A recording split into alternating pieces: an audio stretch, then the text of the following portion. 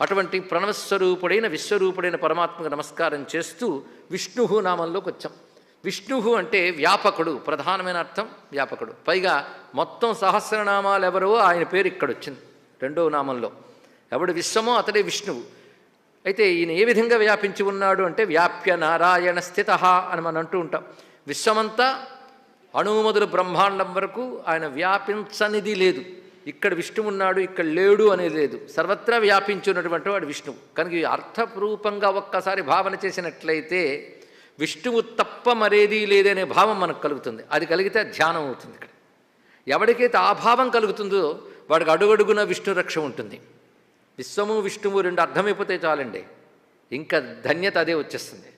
అందుకే ఏదైనా విష్ణునామం యొక్క మహిమ యజ్ఞయాగాది క్రతువులు జరుగుతున్నప్పుడు కూడా ఎక్కడైనా ఏవైనా లోపం ఉంటే విష్ణువు అని విష్ణునామం పలుకుతాం. ఇక్కడ అంటే సర్వదోషములు పోగొట్టగలదు.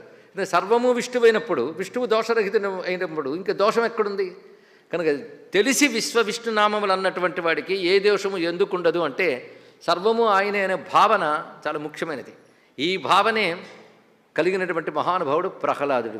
విష్ణు ఈ రెండు కలిగినటువంటి వాడు ప్రహ్లాదుడు. అందుకే ఉన్నది పరమాత్మ మాత్రమే, కానీ ఆయన దేనిలో ఉన్నాడో ఉపాధులు నువ్వు చూస్తున్నావు. కానీ ఉపాధి యందు ఆయన ఎలా ఉన్నా అంటే సచ్చిద్రూపుడై ఉన్నాడు. అంటే ఉనికిగాను చైతన్యముగా ఉన్నటువంటి వాడు ఆయన. ఉనికిగా చైతన్యముగా అంతా వ్యాపించినవాడు ఆయనే. ఆయన ఉండడం వల్లే విశ్వం ఉన్నట్టు కనబడుతుంది. కనుక ఉన్నట్టు ఉనికి అనేది భగవంతునిదే తప్ప ఇంకదేనిది కాదు. ఆయన ఆ స్వరూపంతున్నాడు. అందుకే కలడంబోధి కలండు గాలి కలడాకాశంబునన్ కుంభినిన్ కలడగ్నిన్ దిశలన్ పవళ్ళ నిశలన్ ఖజ్జోత చంద్రాత్మలన్ కలడోంకారమునం త్రిమూర్తుల త్రిలింగ వ్యక్తులం దంతటన్ కలడీశుండు కలండు తండ్రి వెదకంగా నేల ఇయా ఎడల్లని ఈ విష్ణు భావాన్ని అంత చక్కగా చెప్పాడు. ఇది ముందు భావంగా తెచ్చుకుంటే తర్వాత అనుభవంగా అదే వస్తుంది. ముందు భావం లేని వాడికి అనుభవం ఎలా వస్తుందండి? అందుకే విష్ణు శబ్దములకు అర్థం తెలుసుకుని భావన చేయాలి.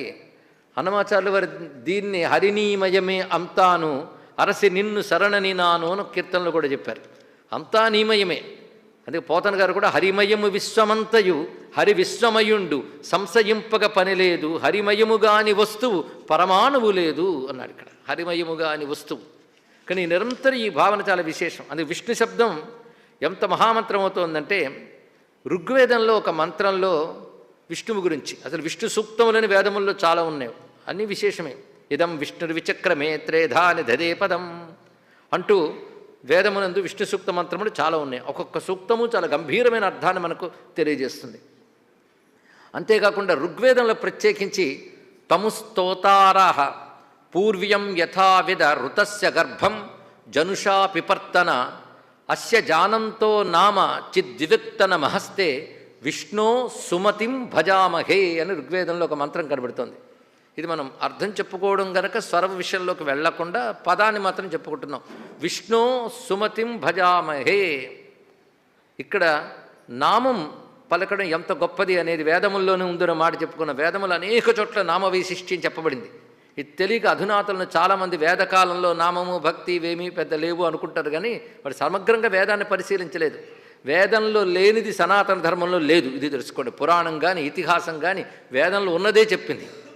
అందుకే నామస్మరణ వల్ల తరిస్తామన్న మాట వేద హృదయం.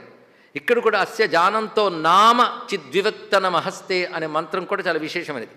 ఇందులో ఏం చెప్తున్నారంటే సమ్యక్ జ్ఞాన సిద్ధి కోసమై విష్ణునామ సంకీర్తనము విధింపబడినది. ఇది మొదటి మంత్రానికి ఉన్నటువంటి అర్థం.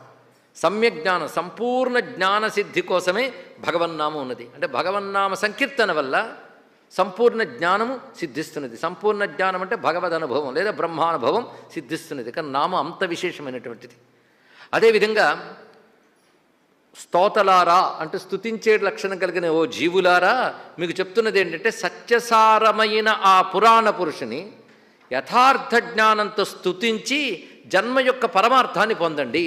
ఇది ఋగ్వేదంలో చెప్తున్నమాట. అందుకే స్తోతారహ ఓ స్తోత్రించే స్వభావం కలవారు అయిన ఓ జీవులారా మీరు చేయవలసింది ఏంటంటే ఋతస్య గర్భం జనుషా పిపర్తన అస్య జానంతో నామ. దీని అర్థంలో ఆ సత్యసారమైన పురాణ పురుషుని యథార్థ జ్ఞానంతో స్తుతించండి అన్నారు. అంటే స్తుతించండి అంటే స్తోత్రం చేయడం అని కాదు, యథార్థ జ్ఞానముతో అంటే ఆ బ్రహ్మము గురించి తెలిసి స్తోత్రము చేయండి.